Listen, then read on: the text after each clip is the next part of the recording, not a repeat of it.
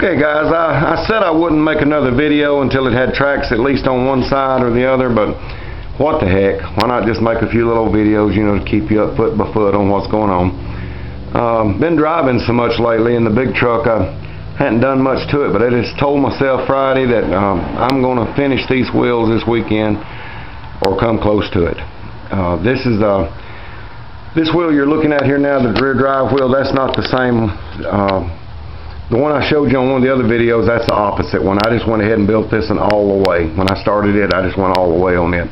Still got a lot of grinding to do on the teeth. True the teeth up just a little bit, but the chain works right now perfectly. Just going to polish the teeth up and you know, file them down, get them, you know, to get them where they'll accept the track perfectly. That way there'll be no chance of a bind up or a track come off in the future.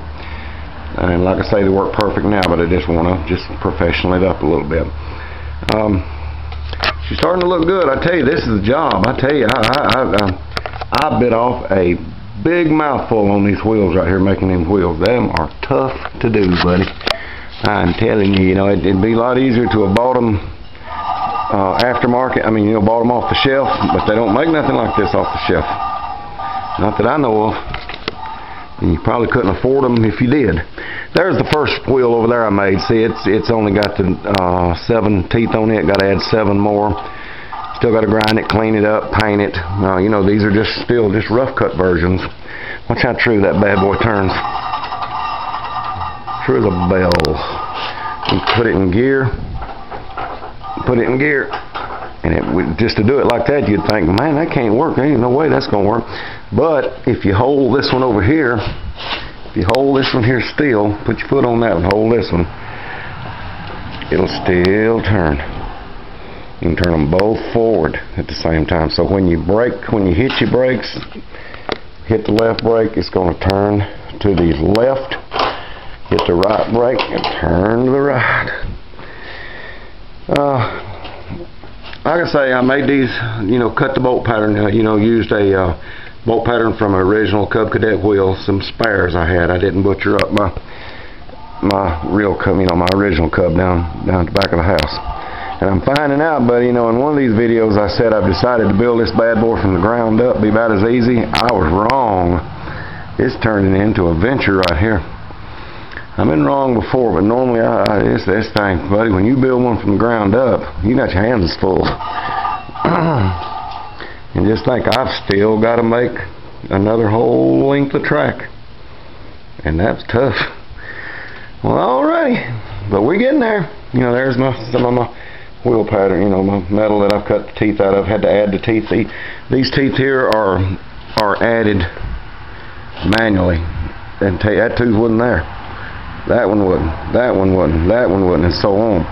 These original teeth like this in here, that's original. Had to grind it down a little thinner, make it fit my track. Now I could adjust the tracks. Even if it had been 2 inches thick, I could still make it work. But it's tough enough to work with this 1/2 and 5/8 inch steel as it is. So on a Dozer this small, you really wouldn't have to go any thicker than that. Well, alrighty, just another little quick video to catch you up and let you know what's going on. I don't guess it would hurt. I repeat again, I said I wasn't going to make another video until I got some real progress made. But if you just knew what I had to do to build these back wheels, you'd realize that progress is certainly getting made. That's going to be the hardest obstacle to get over, is these wheels. And it is going to be a regular straight track rather than a high track like I'd planned on. I mean, it can be done, but it's just so much longer to do it, and it's not necessary. Since I've used these Cub Cadet bolt patterns, it's allowed me to space it out about 3 inches further out, which will now allow me to add a nice, good, wide track and still give me feet room and leg room to operate it. The easiest part is going to be the hood. All you got to do is just go to a junkyard and find you a real nice hood off of a good sized tractor. You can go ahead and get the seat and everything. I'm confident that I can doll this thing up and make it look pretty good as a little Dozer. Alright, man. Here's my old shop. I don't know if I've ever showed y'all my shop or not, but here's where my junk's made, my mini bikes and everything. Got these torches rebuilt. It costed me $75 each to get these old-timey torches rebuilt a couple of years ago, but it was worth every penny of it. That's why I keep them covered now in plastic. I don't want them sitting here eating no dust and dirt and pollen all day. Here's the old toolbox. Had this toolbox since I became old enough to work on cars and trucks. Had that since the 80s, and it's full of goodies. Almost any kind of socket you need I've had to buy over the years. There's my sweetie pie. He stays in here in the garage. He or she, I don't know. Sometimes it's a girl, sometimes it's a boy. Keep it in here in the garage. You believe this garage is airtight nearly, and this car was still covered in pollen, and the door hadn't been opened in a week or so, and it's still just covered in pollen. Had to rinse it off yesterday, blow it off with air. Got the Suzuki out and rode it some yesterday also. I tell you, if you're a motorcycle rider and if you want to end carburetor problems altogether, regardless of whether you're using ethanol or ethanol-free gas, the way to do it is about a half a mile from your house. Reach down, turn the fuel off between there and your house. If it don't starve and die, hopefully you'll get home, but if you don't, just drive it on home. Let it sit there, pull the choke out a little bit, let it sit there till it starves and runs dry, and your carburetor troubles are ended.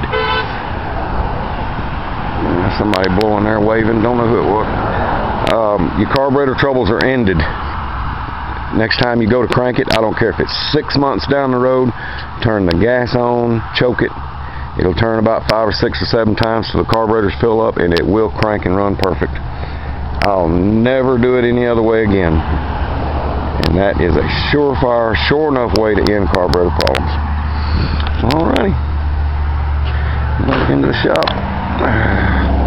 Bought me this 11,000 pound quality lift a few years ago, and that's the best thing I've ever bought in my life. I've always wanted one. Now I don't have to lay down on my back on freezing ground and change the oil in something. It was a great investment. I don't think it was but $3,000, but buddy, it's a good one. It has been a good one. Alright, well, back to the Dozer. Hope you enjoyed the little video.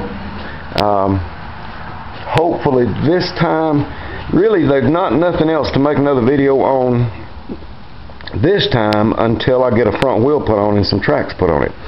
Now, I may make another video when I get the front suspension under it and a front wheel made, and then I'll add just the chain.